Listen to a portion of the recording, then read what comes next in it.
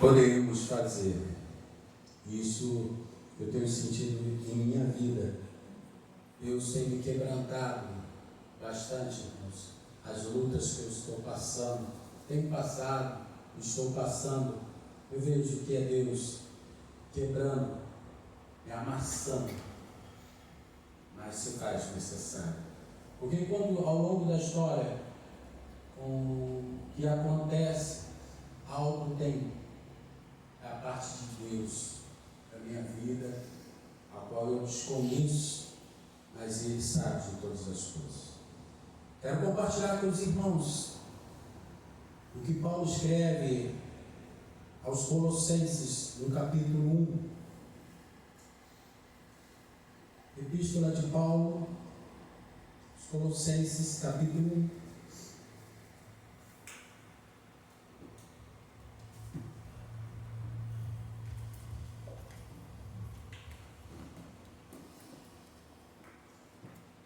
Falando do versículo 15.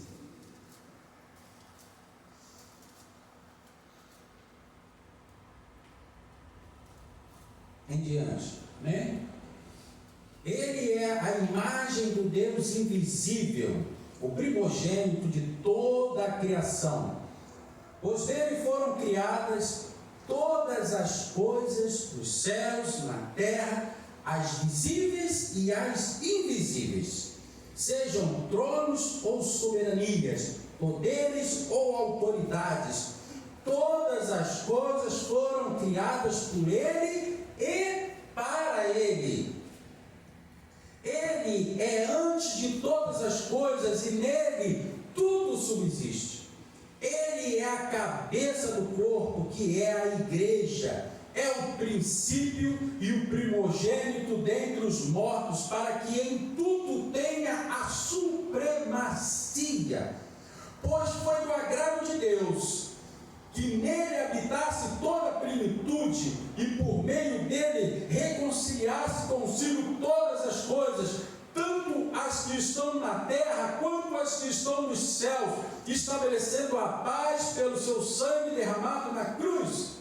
Antes vocês estavam separados de Deus, e na mente de vocês eram inimigos por causa do mau procedimento de vocês. Mas agora Ele os reconciliou pelo corpo físico de Cristo mediante a morte, para apresentá-los diante dele santos, inculpáveis e livres de qualquer acusação, desde que continuem alicerçados e firmes na fé, sem se afastarem da esperança do Evangelho que vocês ouviram e que tem sido proclamado a todos os que estão debaixo do céu. Esse é o Evangelho do qual eu, Paulo, me tornei ministro. Até esse ponto, Pai, nós te louvamos, agradecemos, Senhor, a Ti, que a graça do Senhor seja sobre nossas vidas, ministre aos nossos corações. A Tua Escritura, Senhor, foi lida nesta noite mais uma vez. Pedimos, Senhor, enriquece-nos com o conhecimento, sejamos fortalecidos, para que como igreja, como corpo que pertence, que está enxertado em Cristo, sejamos alimentados por Ti, para crescer em graça e em conhecimento, em nome de Jesus. Podemos se assentar? Falar sobre a supremacia de Cristo, a supremacia do nosso Senhor, é o que a igreja precisa voltar a pregar. A supremacia, falar do poder, da honra, da glória do nosso Senhor e Salvador Jesus Cristo, pois Ele é a razão de estarmos aqui. Ele é a razão, Ele é o motivo de nós nos reunirmos domingo após domingo, culto após culto, para adorar e se prostrar diante dEle, reconhecer que somos pecadores, que somos falhos, que somos transgressores, e nos submeter à vontade dEle. Nenhuma doutrina foi mais atacada ao longo da história, desses séculos que têm passado, do que a doutrina do nosso Senhor e Salvador, Jesus Cristo. Os primeiros concílios gerais da igreja, os concílios da Nicéia, da Constantinopla, Calcedônia, todos trataram quase exclusivamente da cristologia. Ainda hoje, muitos se levantam com infâmia para atacar o eterno Filho de Deus. Qual é a intenção desse ataque, dessa doutrina de contra-palavra? Eles tentam despojá-lo de sua divindade, eles tentam despojá-lo da sua perfeita humanidade, da sua supremacia, e dizer que não é bem assim. Esses ataques são ataques fortes, que vêm contra a igreja, que vêm contra a doutrina do nosso Senhor, que vêm dizer que Ele não é soberano em todas as coisas, mas Jesus Cristo é soberano sobre todas as coisas. Colossenses é o grande tratado cristológico do Novo Testamento. Daí vem essa grande relevância dessa epístola, desta carta que Paulo escreve a essa igreja de Colossenses. Já no primeiro capítulo dessa epístola, o apóstolo Paulo apresenta 4 relações básicas de Jesus. A primeira dela, ele fala sobre a sua relação com a divindade. Ele é a imagem do Deus invisível, em quem habita toda a plenitude da divindade. Ele é a segunda pessoa da Trindade, aquele que se esvaziou, deixou a glória e desceu a nós. Para quê? Qual é o fundamento? Com qual motivo Jesus se esvazia de toda a sua glória e vem e dá a sua vida, se entrega e morre por nós para nos salvar? O plano é a salvação de toda a humanidade. A segunda é a sua relação com a criação. Ele é o Criador e o sustentador de todas as coisas criadas, quer visíveis, quer invisíveis. Ele é a fonte, Ele é o agente, Ele é o propósito da criação. É Ele. Ele criou, Ele sustenta todas as coisas. É Ele, é o Senhor. Esses ataques tentam ignorar tudo isso, mas é Ele que sustenta tudo. Está no domínio de suas mãos. Terceiro, a sua relação com a salvação. Ele é o Redentor, Ele é o agente de reconciliação com Deus, porque Ele diz: ninguém vai ao Pai a não ser por quem? Não ser por mim. Não tem como ninguém chegar a Deus se não for através de Jesus Cristo. Não há outro mediador. É Jesus. Se não for por meio de Jesus, não tem como chegar a Deus. Então Ele é o agente de reconciliação. Por meio do seu sangue, nós temos paz com Deus. O sangue de Jesus Cristo nos purifica de contra todo o pecado, como nós pregamos, cantamos. O que Isaías escreve: ainda que os nossos pecados sejam vermelhos como escarlate, mais alvo, ou seja, mais branco do que a neve, se tornarão através do sangue de Jesus Cristo e através da morte dele na cruz do Calvário, naquele lugar chamado Gólgota, lugar da caveira. Através da morte dele, eu e você temos vida, e não é uma vida aqui apenas, é vida eterna. Aquele que crê em mim, disse o Senhor, ainda que morra, viverá. Viverá. E por último, a sua relação com a igreja. A igreja. Ele é o cabeça da igreja. O que quer dizer isso? Quem é o dono da igreja? O pastor Renato? Ele é o cabeça da igreja. Jesus Cristo é o dono da igreja, o Senhor da igreja. É Ele que sustenta a igreja, é Ele que dirige a igreja, é Ele que protege a igreja ao longo de todos esses séculos. Por que não venceram a igreja? Porque Ele tem o domínio sobre todas as coisas. É a supremacia de Jesus. Vamos destacar aqui alguns pontos importantes com relação a tudo isso que nós falamos, nesses 4 pontos básicos aqui com a igreja. Primeiro, nós vamos falar sobre essa questão da cabeça da igreja. Cabeça da igreja, que Paulo escreve no versículo 18, dizendo que ele é a cabeça do corpo, que é a igreja. Nas primeiras cartas do apóstolo Paulo, se você for acompanhar as outras cartas, você vai ver que ela mostra que o único corpo tem muitos membros. Ele fala sobre os membros de um corpo. E seu objetivo aqui em Colossenses é um pouco diferente, porque ele quer mostrar que Cristo, ele governa toda a igreja. Então em Colossenses nós estamos vendo a proeminência de Cristo. Assim como um corpo não tem vida sem a cabeça, uma igreja não existe, não tem como ela existir sem Cristo. Se nós tirarmos o Evangelho, se nós pararmos de pregar o Evangelho, nós tiramos Cristo da igreja. E sem Cristo a igreja morre, ela pode se tornar qualquer outra coisa, menos igreja de Jesus. Pode se tornar um clube, um lugar onde as pessoas se reúnem, se alegram, choram, sentem arrepio. Ouvimos palestras multinacionais, mas Cristo não está sendo exaltado, Cristo não está sendo glorificado, Cristo não está sendo adorado. Porque sem a cabeça não existe igreja.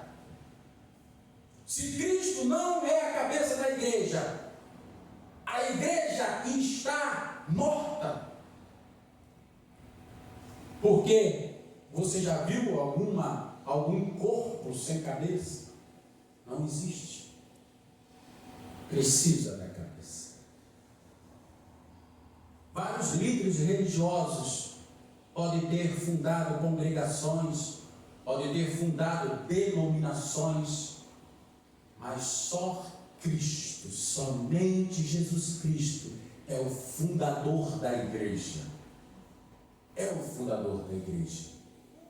Fundar uma denominação, muitos homens têm feito. Uma congregação, colocar um nome na frente, muitos homens. E nós nos deparamos isso ao longo de todo o tempo.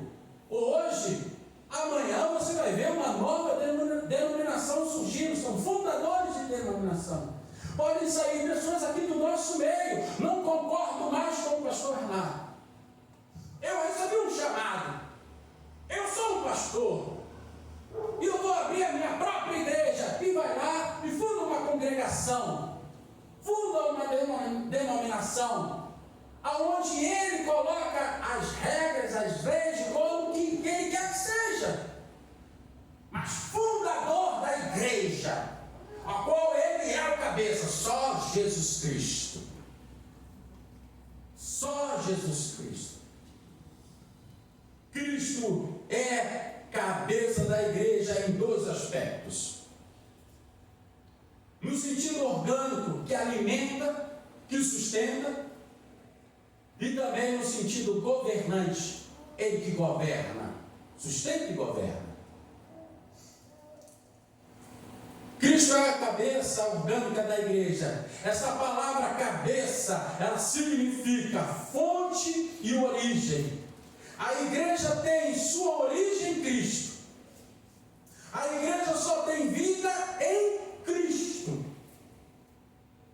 Por isso que eu diz, conforme as Escrituras nos escrevem, que Ele é a videira, nós somos o ramo, então somos enxertados na videira, nós nos alimentamos dele.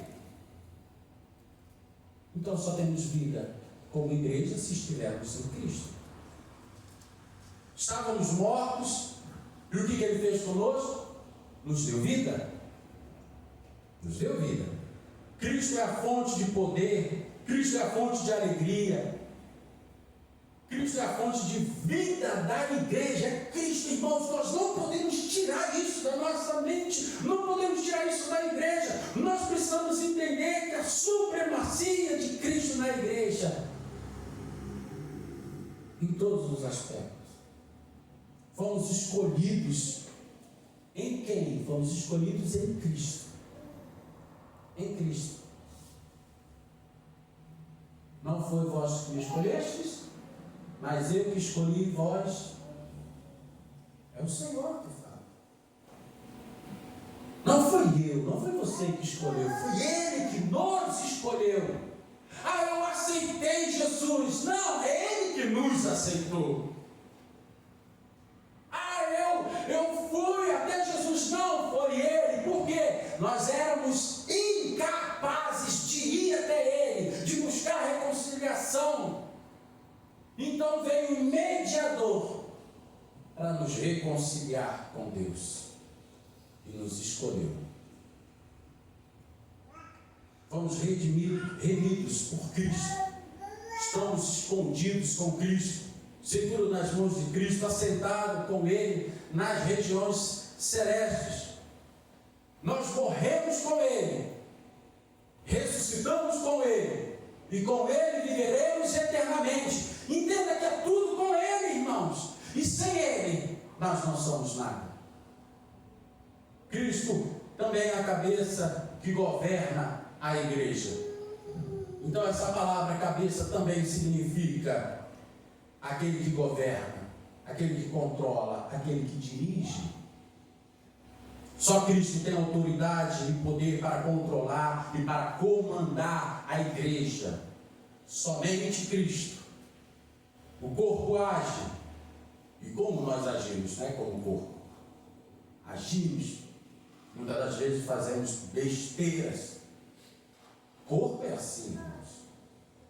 Mas é a cabeça que comanda o corpo. Se o corpo não estiver em conexão com a cabeça, vai dar problema. A fonte está aqui, ó. É a cabeça que governa todo o corpo. Tem que permitir o corpo governar. E se tiver uma rebelião, vai dar problema, irmãos. É a cabeça que planeja para o corpo, dirige o corpo, guia o corpo, inspira o corpo, ergue o corpo que está caído. É a cabeça que controla o corpo. Mas infelizmente, algumas pessoas que não é cabeça, que é corpo e quer controlar, está se atrapalhando todo. É uma mula sem cabeça.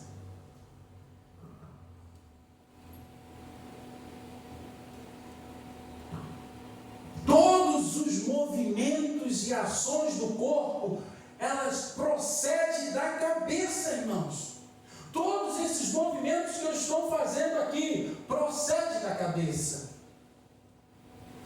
Se o corpo não segue a orientação que emana da cabeça, o que acontece com esse corpo? Ele entra em colapso e age para a sua própria destruição.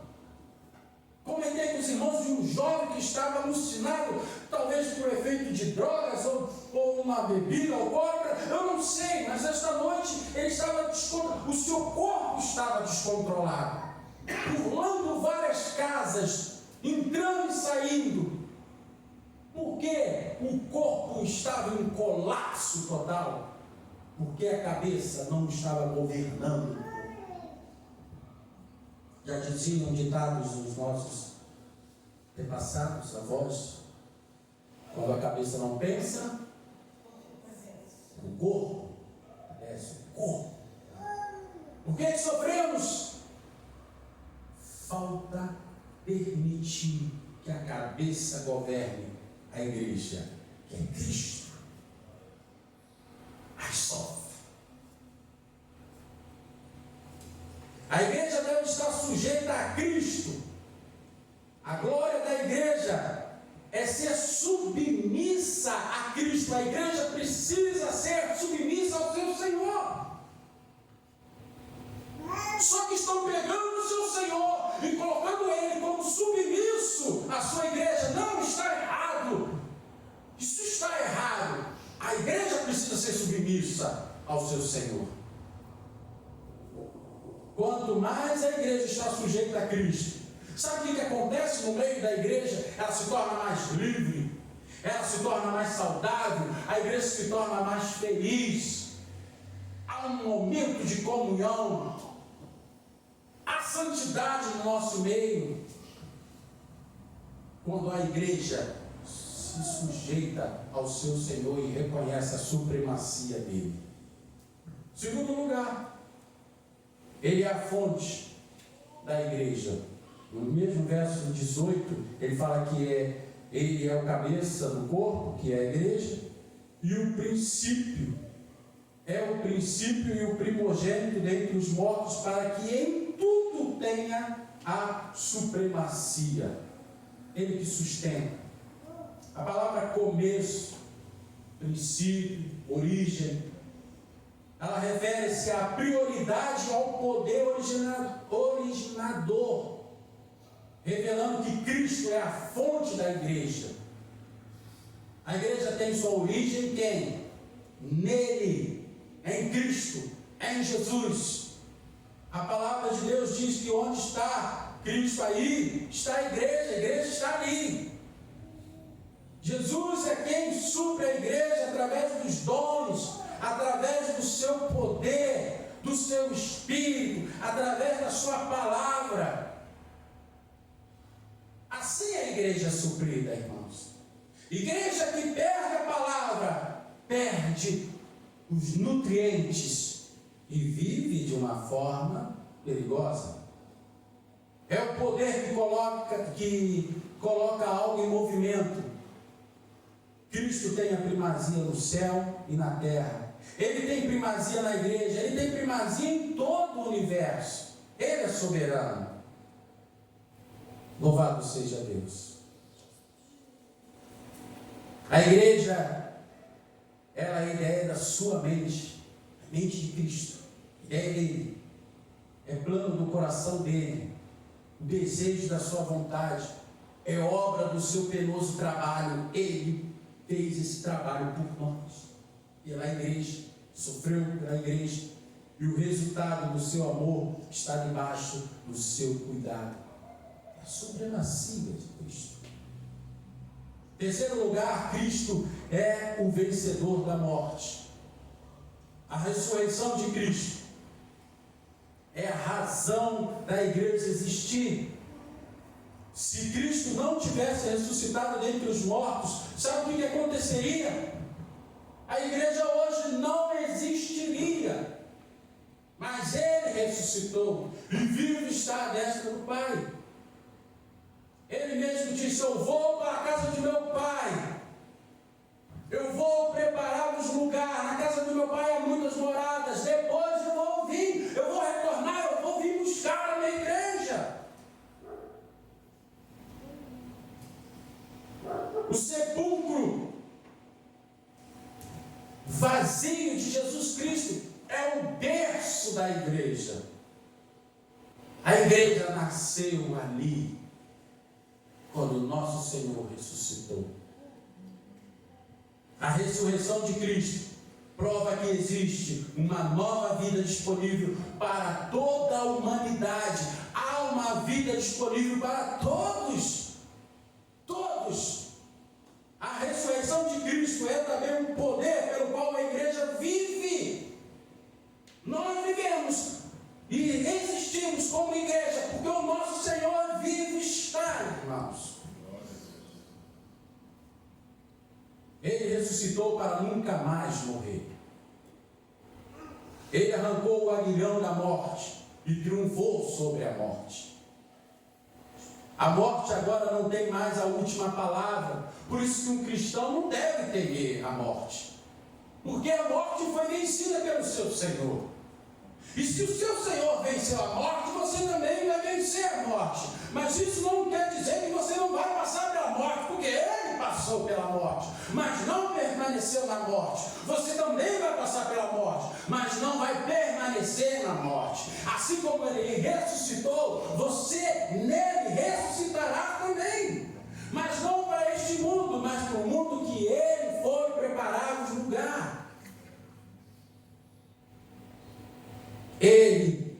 A morte, ela não pode mais colocar terror naqueles que receberam vida em Cristo. Por que temas, irmãos? Por que temas a morte? Por que a igreja do Senhor Jesus teme tanto a morte? Por quê? Recebi um vídeo, foi do meu irmão Ricardo, esse negócio do Instagram, que falava assim que faz contava que lá no sul do parte lá do esqueci o nome do país, que foram perto de uma família, um casal com 2 filhos, e falaram: renuncie o seu senhor. Aí eles não, fizeram uma cova e falaram: ou vocês renunciam o seu senhor, nós vamos enterrar vocês vivos. E as crianças começaram a tremer, com medo, não tem entendimento. Imagina, crianças: papai, renuncia, nós vamos morrer.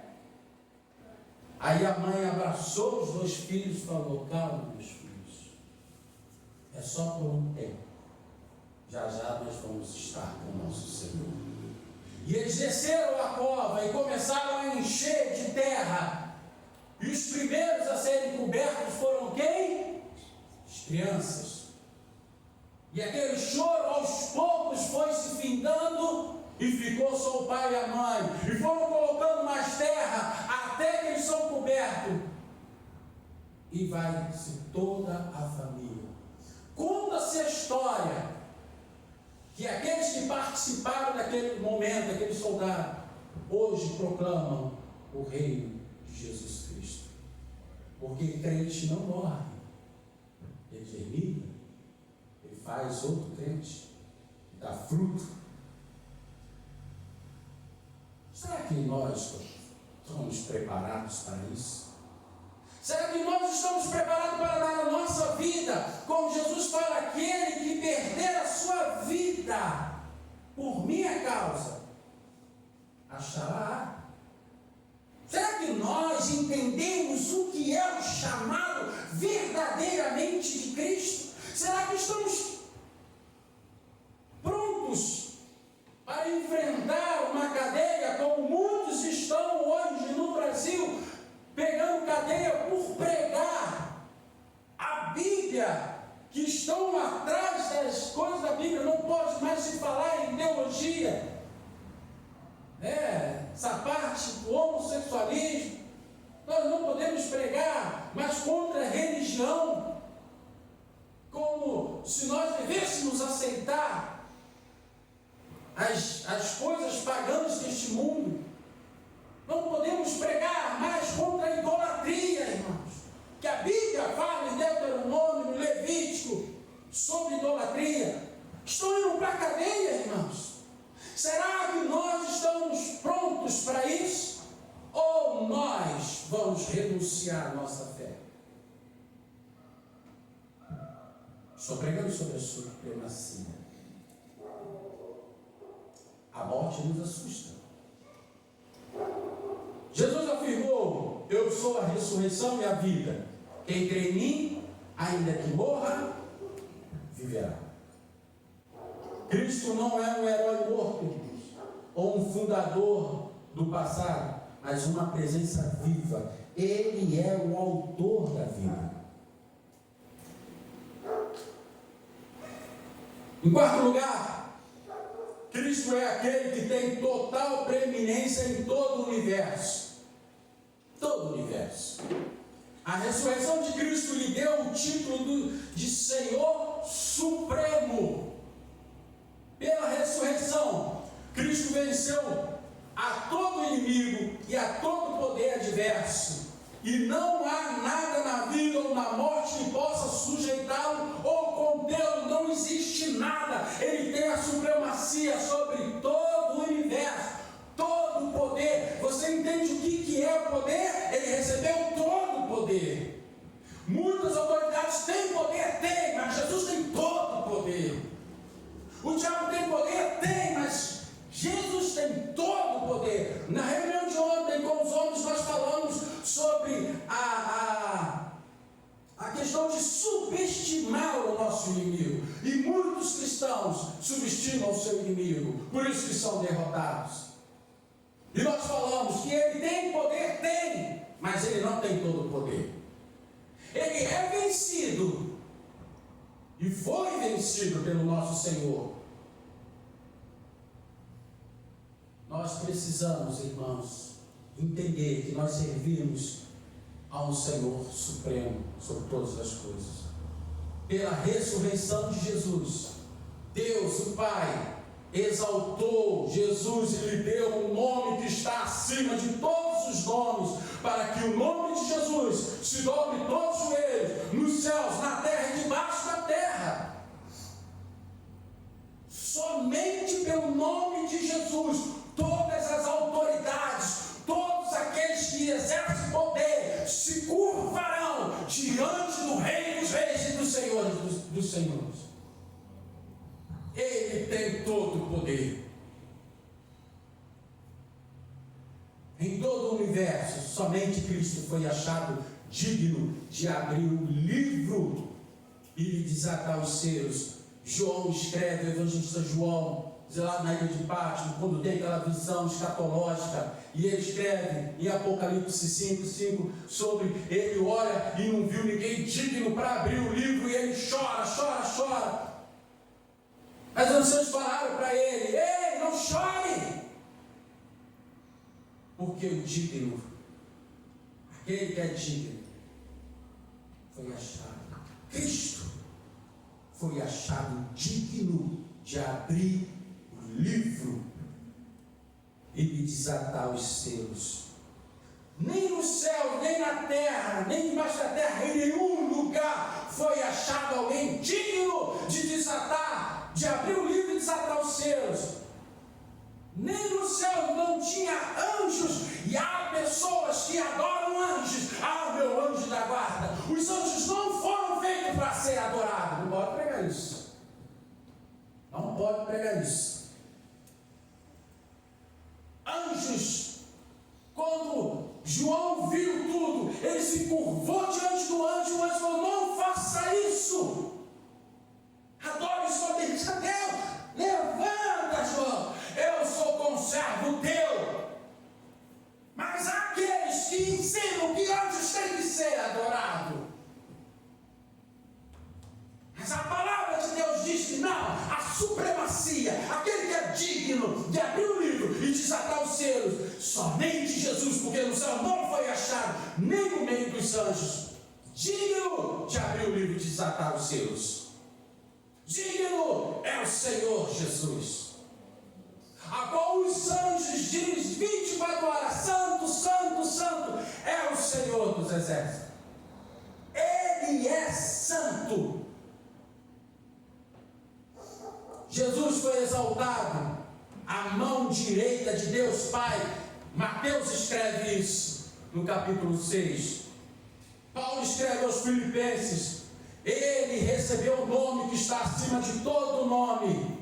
Em Atos dos Apóstolos foi feito Senhor e Cristo. Em João ele é exaltado sobre todos. Aos Romanos Paulo escreve que ele é o Senhor de vivos e de mortos. Aos Hebreus, Paulo, o escritor aos Hebreus, fala que tem mais glória. Jesus tem mais glória do que os maiores homens desta terra. Ainda em Hebreus, seu nome é mais glorioso do que o dos anjos. Em Apocalipse, João escreve que ele é o alfa e o ômega, o princípio e o fim. Em Efésios, ele tem todas as coisas debaixo dos seus pés. Pedro escreve sua epístola em 1 Pedro dizendo que todas as coisas estão sujeitas a ele. Vocês entendem a supremacia de Jesus? Irmãos, Acorda! Acorda! Quinto lugar, Cristo é aquele em quem reside toda a plenitude. Verso 19 de Colossenses. Pois foi do agrado de Deus que nele habitasse o quê? Toda a plenitude. Tudo quanto Deus é, habita em Cristo. Plenitude. Toda a plenitude. A palavra plenitude, nesse contexto, descreve a soma de todos os atributos e poderes divinos. Plenitude. Deus, foi do agrado de Deus que nele, em Jesus, habitasse toda a plenitude, todo o poder, todos os atributos divinos, tudo em Cristo, nele reside toda a plenitude. Paulo deseja então, escrevendo aos Colossenses, que seus leitores aqui concebam Cristo como aquele que preencheria totalmente qualquer necessidade que eles tivessem de alcançar a Deus, o Deus verdadeiro. E que nós possamos entender isso também. Que Cristo venha preencher todas as nossas necessidades, daquilo que nós necessitamos, que nós buscamos como seguidores, como religiosos que nós somos. A palavra aqui, residir, não significa uma residência temporária, como nós fazemos com casas alugadas, é um tempo. Aqui diz sobre uma habitação necessária e permanente. É estar em casa permanentemente, todos os dias. A plenitude não foi alguma coisa acrescentada a Cristo, mas algo que ele sempre possuiu. Sempre possuiu. Qual a relação de Jesus com a reconciliação? Versículo 20.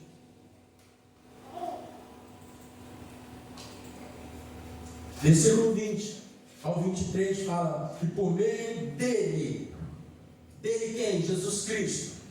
Por meio dele, reconciliar-se consigo todas as coisas, tanto as que estão na terra quanto as que estão nos céus, e estabelecendo o que? A paz, pelo seu sangue derramado na cruz. Antes vocês estavam separados de Deus. Na mente de vocês eram inimigos por causa do mau procedimento de vocês. Mas agora ele os reconciliou pelo corpo físico de Cristo, mediante a morte, para apresentá-los diante dele, santos, inculpáveis e livres de qualquer acusação, desde que continuem alicerçados e firmes na fé, sem se afastarem da esperança do Evangelho que vocês ouviram e que tem sido proclamado a todos que estão debaixo do céu. Esse é o Evangelho do qual eu, Paulo, me tornei ministro. A palavra reconciliação é muito sugestiva para todos nós, porque ela significa mudar da inimizade para a amizade. E alguns pontos precisam ser aqui ressaltados antes de nós finalizarmos. Há uma profunda necessidade de reconciliação entre Deus e o homem. Há uma grande necessidade. O homem não está em paz com Deus. Nós estamos vendo essa guerra no mundo todo. O homem não está em paz. As pessoas não estão em paz. Não há amor. Não há compaixão, não há perdão, não há misericórdia.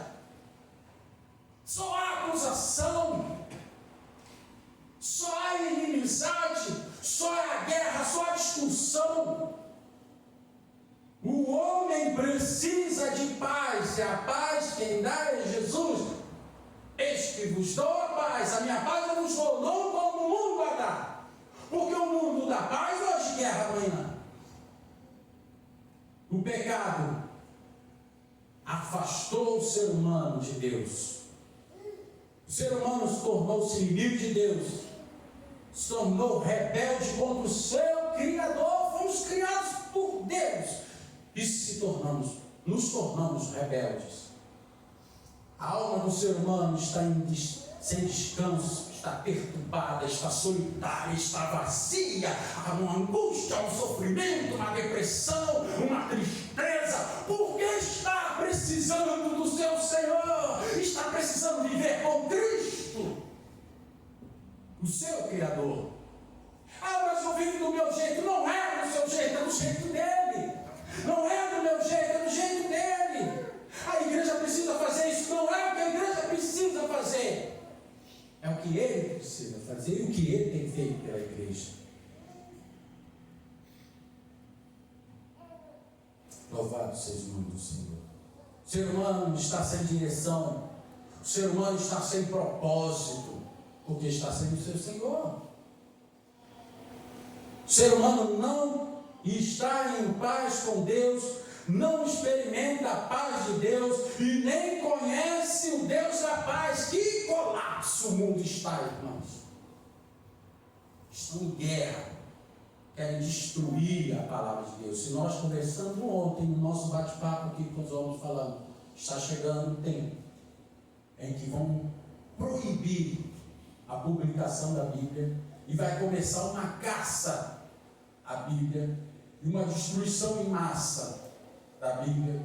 Vão voltar a botar fogo em praça, como já teve isso nas Bíblias, para botar um fim, porque ela é a única que condena o homem ao inferno, e é a única que diz que existe um Deus, que existe um Senhor soberano.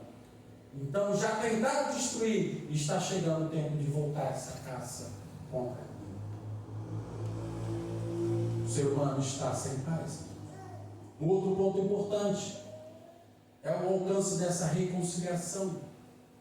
Toda a criação ficou sujeita à vaidade e está no cativeiro da corrupção. Paulo escreve aos Romanos, capítulo 8, 21, que o ser humano vive numa profunda vaidade e ela geme aguardando o tempo da sua redenção. Se voltar no versículo 21 de... eu pensei que você tinha aberto. Desculpa, deixa eu abrir aqui. Romanos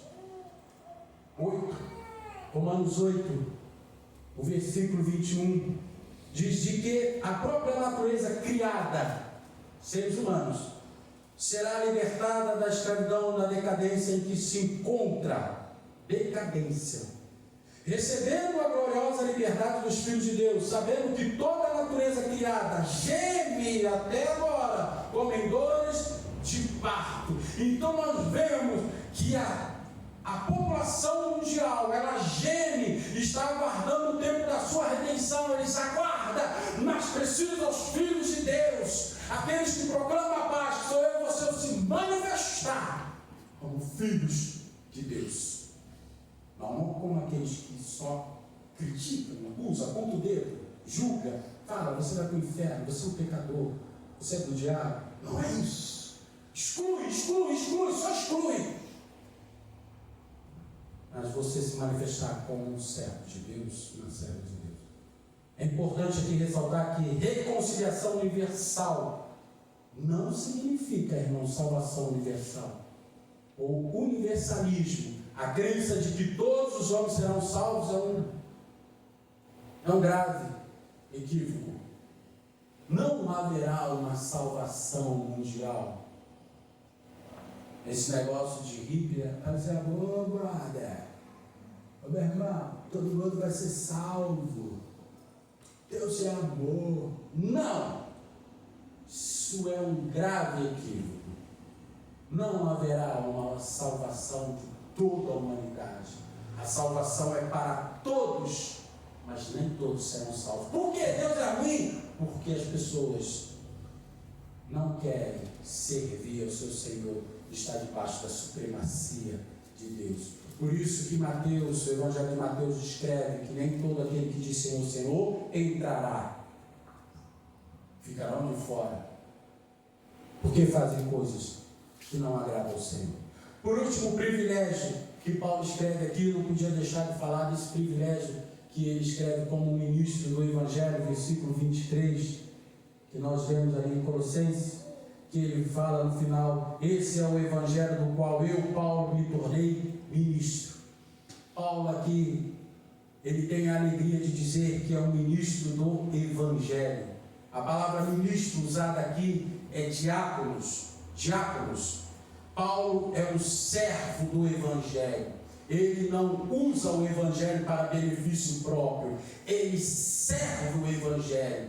Então nós, como ministros, como diáconos do Senhor, nós servimos o Evangelho, nós servimos a palavra do Senhor, nós anunciamos, somos arautos de Deus nesta terra, somos ministros de Deus nesta terra. Então ele fala aqui que é um grande prazer, é um privilégio anunciar, ser um ministro do Evangelho de Cristo. Paulo é um servo do Evangelho de Cristo.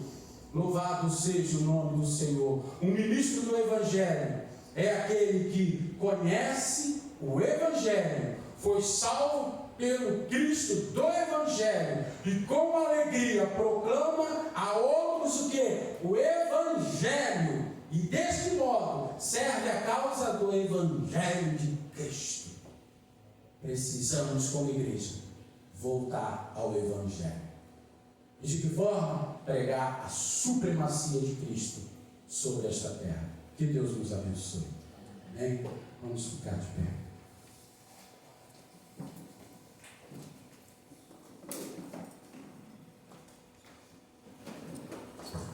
Pai, nós te louvamos. Agradecemos ao Senhor por essa rica oportunidade, pela tua palavra, teu Evangelho que é ministrado nesta noite, através, ó Deus, das Escrituras, ao qual nós, nesta noite, nos debruçamos e degustamos sobre esta epístola que Paulo escreve aos Colossenses e a todos nós, Senhor. Que essa palavra, ela venha nos alimentar, venha nos sarar também, venha nos libertar, nos salvar, ó Deus, e nos fortalecer para que possamos crescer em graça e conhecimento. Neste momento nós vamos nos ausentar, ó Deus, pedimos que o Senhor nos leve, nos guie em segurança para os nossos lares. Agradecemos ao Senhor por tudo, em nome de Jesus nós te louvamos e exaltamos. Amém. Que o amor de Deus e as doces consolações do Espírito Santo de Deus seja com todos vós, não somente esta noite, mas para todos sempre. Que todo abençoado diga amém. Está terminado em nome de Jesus. As palmas glorificam ao Senhor. Vai em paz. Deus nos abençoe.